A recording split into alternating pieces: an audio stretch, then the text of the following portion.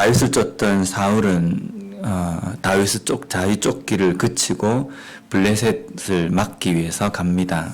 왜냐하면 하나님께서 그 다윗 위기에 처한 다윗을 위해서 블레셋을 사용하셔서 사울이 그 다윗을 그치는 걸 쫓는 걸 그치고 블레셋을 막기 위해서 가도록 하셨기 때문입니다. 근데 블레셋 쫓기를 그치고 다시 돌아온 사울에게 누군가가 다윗이 엔게디 광야에 있습니다 라고 이렇게 밀고를 합니다. 오늘 본문에 보면 이 사울이 블레셋 쫓기를 그치고 다시금 돌아왔을 때에 누군가가 다윗이 어디에 있다라고 밀고를 할 때 이 장면은 어떻게 보면은 사울이 아직까지 다윗을 잡으려고 하는 그런 마음이 있는지, 아니면 사울이 깨달아서 내가 다윗을 쫓는 것은 잘못된 것이구나라는 것을 깨달았는지, 아니면 여전히 다윗에 대해서 살기가 등등한지 그것을 확인하는 것 같은 어떤 그런 일이 그 사울 앞에 생기는 겁니다.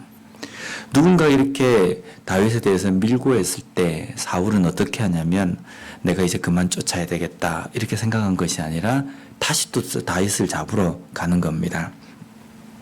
근데 여기 보면 돌아오자마자 그가 블레셋 쫓기를 그치고 돌아오자마자 이렇게 되어 있는데, 보면은 이것은 사울이 블레셋 쫓기를 그치고 다시 돌아오고 난 다음에 시간이 좀 흐른 후에 누군가가 밀고 해서 다윗을 쫓으러 간 것이 아니라 그가 돌아오자마자 누군가가 밀고 하고 밀고를 듣자마자 바로 다윗을 잡으러 가는 겁니다. 로마서 16장 19절 말씀에 보면 이런 말씀이 있습니다. 너희의 순종함이 모든 사람에게 들리는지라. 그러므로 내가 너희로 말미암아 기뻐하노니 너희가 선한 데 지혜롭고 악한 데 미련하기를 원하노라. 로마서 말씀에 우리에게 말씀하시는 내용은 우리가 선한 데에는 지혜로워야 한다. 지혜로워야 한다라는 것은 선한 것이 분별이 되고 그것이 선한 것이라고 결정이 나면, 마음에 확신이 가면 그 일을 하는 데에는 재빨라야 된다는 겁니다. 민그적 거리지 말고 이게 선한 일구나 라고 했을 때에는 바로 즉각적으로 그 일을 행해야 한다. 근데 악한 일을 경우에는 미련해야 한다. 미루라는 이 뜻이 아니라 악한 데에는 그냥 무지해버려야 한다라는 겁니다. 왜 이 로마서에는 이 말씀을 하냐면 우리 인간의 이 죄성으로는요, 선한 데에 미련하고 악한 데에 아주 지혜롭기 때문입니다. 악한 일이라는 게 남을 해하고 이런 일뿐만 아니라 우리의 삶에서 하나님의 말씀보다 내 마음이 더 중심이 되는 그런 일들, 내 이익에는 재빠르다는 겁니다. 우리의 재성이. 근데 선한 일을 할 때에는 미룬다는 겁니다. 굳이 내가 지금 해야 하나? 이걸 정말 해야 할까? 이런 고민을 하게 만듭니다. 근데 그런 생각이 되었을 때, 이걸 해야 되겠다라고 생각이 되었을 때에는 그게 선이라고 한다면 즉각 해야 합니다. 왜냐하면 하루 이틀 시간이 지나다 보면 굳이 내가 안 해도 될 것 같은 생각이 들거든요. 내가 하나님 앞에 이렇게 헌신을 해야 되나? 내 아니라도 하겠지. 다음에 하지. 근데 시간이 지나 보십시오. 그 마음이 식어버립니다. 그래서 성경에서 우리에게 말씀하신 이 내용처럼 우리가 선한 데에는 지혜롭고 악한 데에는 미련한 그런 삶을 우리가 반드시 살아야 된다는 겁니다. 그런데 오늘 사울은 다윗을 쫓는 악한 데에 미련하지 못하고 재빠릅니다. 오자마자 그에게 다윗이 어디 있다라고 그 소리가 들리자마자 바로 즉각적으로 출발합니다. 사울은 선한 데에는 그렇게 하지 않지 않습니까?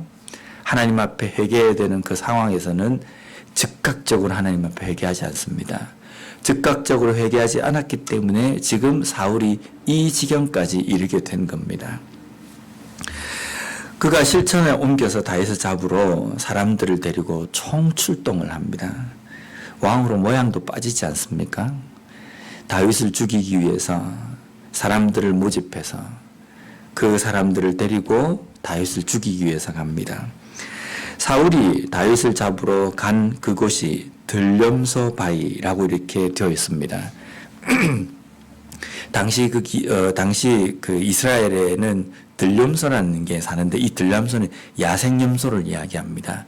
이 야생염소는 뭐 일반 초원에 사는 것이 아니라 이 절벽에 주로 이렇게 살고 있는데, 그 들염소 바위에 다윗을 쫓기 위해서 들염소 바위까지 갔다라는 것은 지금 뭐냐면 벼랑 끝까지 갔다, 절벽까지 갔다라는 그 의미입니다.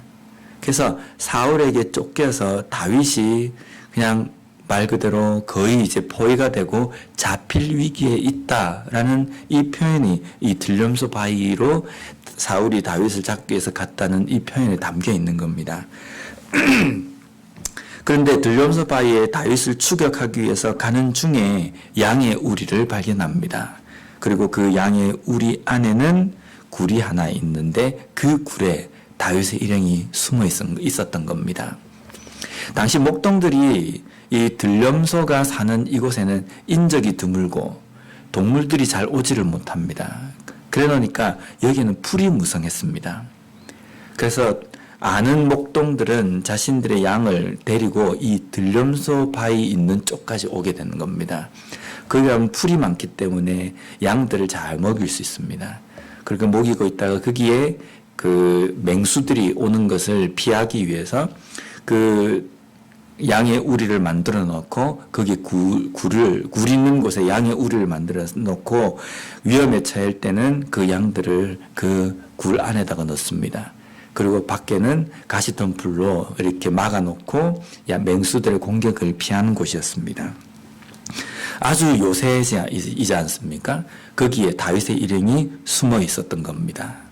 그런데 우연히 이 사울이 그 굴을 발견하고 거기에 들어가게 되는 겁니다. 오늘 본문에 보면 사울이 거기에 뒤를 보러 들어갔다라는 표현이 나오지 않습니까? 이 개역 한글에 보면 여기에는 발을 가리우러 갔다라는 이 표현이 되어 있습니다. 근데 개역 개정에는 뒤를 보러 갔다라는 이 표현이 되어 있는데, 히브리 말로 이 원어로는 이게 발과 가리다라는 이 두 단어가 함께 사용이 되어졌는데, 이스라엘에서는 발을 가리다 이 표현을 용변을 보다, 뒤를 가리다라는 이 표현을 뜻으로 사용합니다. 근데 성경에 이것을 왜 발을 가리우다라고 이렇게 되어 있냐면, 성경에 좀 이렇게 불경한 어떤 표현을 사용하지 않기 위해서 이스라엘 백성들이 이 발을 가리다라는 이 표현을 용변을 보다라는 이 내용으로 사용한 겁니다. 근데 성경에서 굳이 이 굴 안에 사울이 용변을 보기 위해서, 뒤를 보기 위해서 굴에 들어갔다라는 이 표현을 쓴 이유가 무엇이냐면요, 다윗이 들렴소 바위에 있다는 것을 듣고 사울이 거기까지 쫓아갔다라는 이 뜻은 다윗이 위기에 처해 있다. 그리고 그가 동굴에 있었는데 사울이 그 동굴에 들어갔다. 이제 다윗의 입장에서는 절체절명의 위기에 있는 겁니다. 도망갈 곳도 없는 겁니다. 동굴이기 때문에. 그런데 거기에 사울이 들어간 것은 다윗을 잡으러 들어간 것이 아니라 용변을 보기 위해서 들어간 겁니다. 용변을 보기 위해서 사울이 그 안에 들어간 것은요, 혼자 들어갔다는 겁니다. 만약에 이 일행이 비를 피하기 위해서 동굴에 들어갔다라고 하면 사울뿐만 아니라 그의 신복들도 같이 있었을 겁니다. 만약에 쉬기 위해서 그 동굴에 들어갔다고 한다면 사울만 들어간 것이 아니라 그의 함께한 일행들도 같이 들어갔을 겁니다. 그런데 뒤를 가리기 위해서 이 동굴에 들어갔다는 것은 사울이 혼자라는 겁니다. 우리가 이 순간에 이 상황을 만약에 본다거나 우리가 이 상황을 대한다고 한다면 우리의 마음속에 그런 생각이 들 겁니다. 하나님께서 나에게 기회를 주셨구나 라고 이렇게 생각할 겁니다. 다윗과 함께한 일행들도 그렇게 이야기합니다. 하나님께서 전에 당신에게 당신의 원수를 당신의 손에 붙이시겠다고 약속하셨지 않습니까?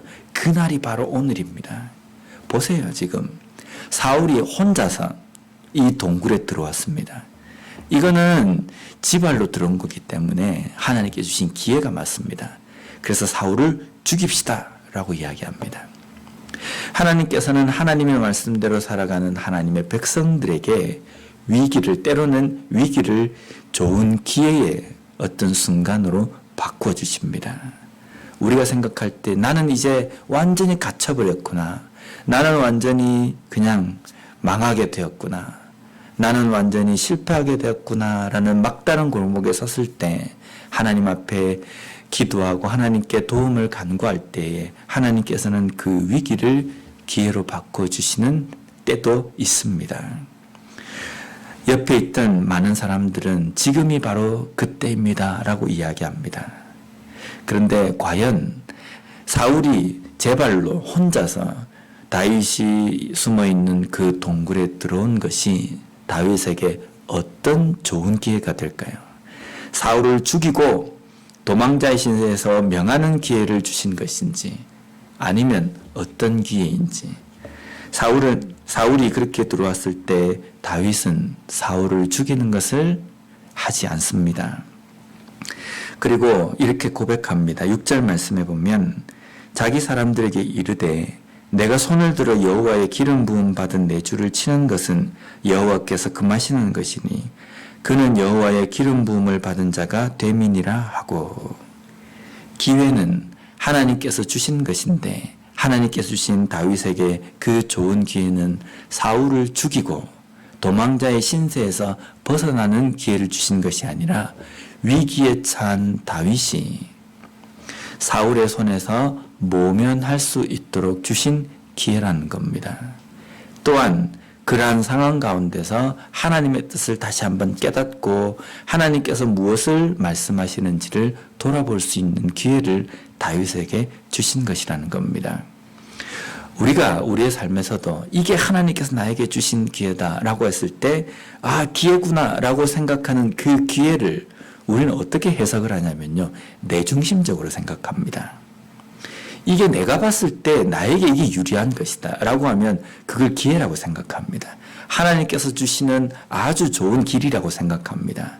그런데 우리에게 어떤 기회가 주어지고 어떤 길이 주어졌을 때 그것을 판단하려고 하고 그것을 제대로 보기 위해서는 어떤 중심으로 봐야 되냐면 내 중심으로 볼 것이 아니라 하나님의 말씀을 중심으로 봐야 됩니다. 나에게 주신 기회라고 생각이 드는데 이것을 행하면 나에게 유리한 것인데 과연 이것이 나에게 유리한 것인가 이것을 볼 것이 아니라 하나님께서 원하시고 하나님께서 기뻐하시는 하나님의 뜻인가를 우리가 살펴야 된다는 겁니다. 나에게 유리하기 때문에 덮어놓고 만약에 한다고 한다면 다윗이 어떤 일을 범하겠습니까? 하나님의 기름 부음을 받고 하나님께서 세우시고 하나님께서 인정하신 왕을 자기의 손으로 처단하는 겁니다. 하나님께서 심판하셔야 될 그 자리에 다윗이 서게 되는 겁니다. 그렇기 때문에 다윗은 큰 죄를 범하게 될 것입니다. 우리의 삶에서 하나님께서는 분명히 하나님의 뜻대로 하나님의 말씀대로 분별하며 살아가는 우리들에게 위기의 순간에 하나님 앞에 힘을 간구할 때 도우심을 간구할 때 그 위기를 기회로 바꿔주실 겁니다. 그런데 그 기회가 나에게 어떤 식의 기회가 되는지 어떤 식으로 내가 행하는 것이 맞는 것인지 그것을 볼 때 내중심론적으로 생각할 것이 아니라 하나님의 뜻이 무엇인지 하나님의 말씀이 뭐라고 말씀하시는지 그것을 분별하며 우리가 행동하는 것이 필요하다는 겁니다. 오늘 우리의 삶에서도 하나님께서 그러한 일을 주실 때에 우리의 삶에서 선한 데에는 지혜롭고 악한 데에는 미련한 삶. 그로 말미암아 나에게 주신 그 기회 속에서 하나님의 뜻이 무엇인지를 분별하며 살아갈 수 있는 우리 모두가 되었으면 좋겠습니다. 기도하겠습니다.